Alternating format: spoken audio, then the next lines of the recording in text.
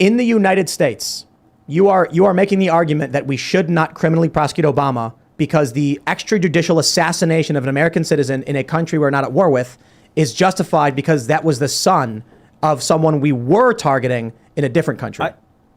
I think if you start prosecuting presidents for war crimes, after every president would go to prison, and then yes, and then they wouldn't be able to do their job. It's like telling a cop they can't get rough with the guy they're arresting. It's at some point you got to let the president do war. No. I mean, it's the commander in chief of the military. What do you just want to just let other people win the war? I mean, what do you? So I don't know what Abdulrahman al-Awlaki was doing that was helping these terrorists win any kind of war other than drinking coffee and having to have been related to a guy. No, man, they sent a message to the dad. They wanted to kill his son. Yes, that's right. So yeah, it's called a war crime. Look, in war, there is a reason why we have, I think war crimes are a silly concept, right? Because it's like if you're at war, you're trying to win. But there is a difference between tactics and retribution, you know? So like, if we were to, if the United States was like, we're going to stop ISIS by any means necessary, and then they did a whole bunch of really messed up stuff like napalming cities and stuff, I would be mad about that. I'd be like, dude, we need to stop ISIS, but you know, doing this is too far. But I understand it's military. We're talking about Obama dropping bombs on civilians who we are not at war with. All that's going to do is make the war worse. Like if people are at war with us, and then you send in troops to a neighboring country and start executing kids, you are going to make more war and generate more enemies. Barack Obama should be in prison. I'm thinking about the white phosphorus attack on Fallujah in 2003, where they use it as an illuminant because they were like, yeah, we're going to light up the sky so we can see our targets, but really it melts human skin. So they just dropped white phosphorus all in the city of Fallujah and just melted all these civilians' skin. That was George Bush Jr. Oh yeah, George Bush can go to prison for all that. He's on my list. So yes, I don't know the amount of Clinton's bombings in Bosnia. I know that Clinton. Bro, the Clintons are on our list too. Yeah. And then Trump's. I think we'll go all the way with this. You keep racking up the names. We'll keep. What going about Trump giving the drone bombing campaign to his generals? Is that not treason? Donald Trump is imperfect.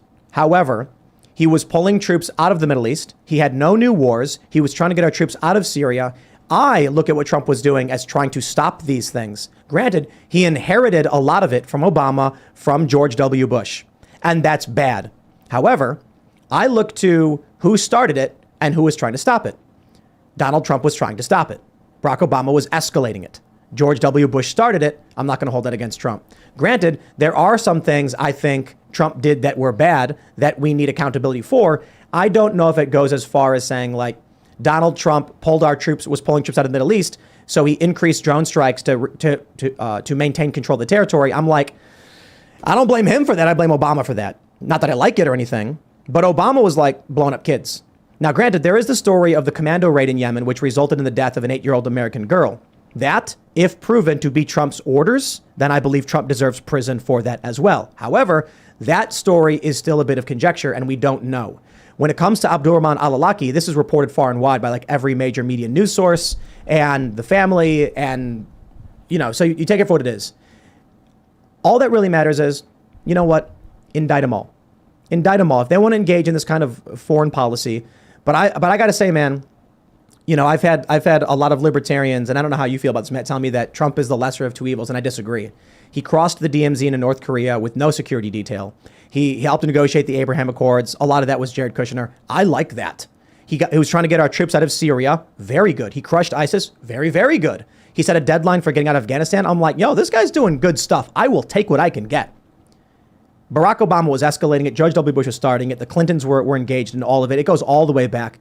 I'll take what I can get with Trump. I don't know what your thoughts are. Yeah, I mean, the practical question is, I think the war on terror has been a disaster, and I'm channeling my inner Ron Paul here and say we never should have done it, and we've made things far worse, and we've killed a lot of innocents and created lots of chaos. But the practical question for the next president, if it's Trump or somebody else, is how do you extract us from all of this without starting new wars? And I'm willing to grant that that's a messy process, and I would give Trump credit on all of those things for mostly moving in the right direction. Not always, but mostly moving in the right direction. And, you know, he didn't get us out of Afghanistan, and I wish he would have succeeded at that, because the way Biden did it was a tragic And I shit show.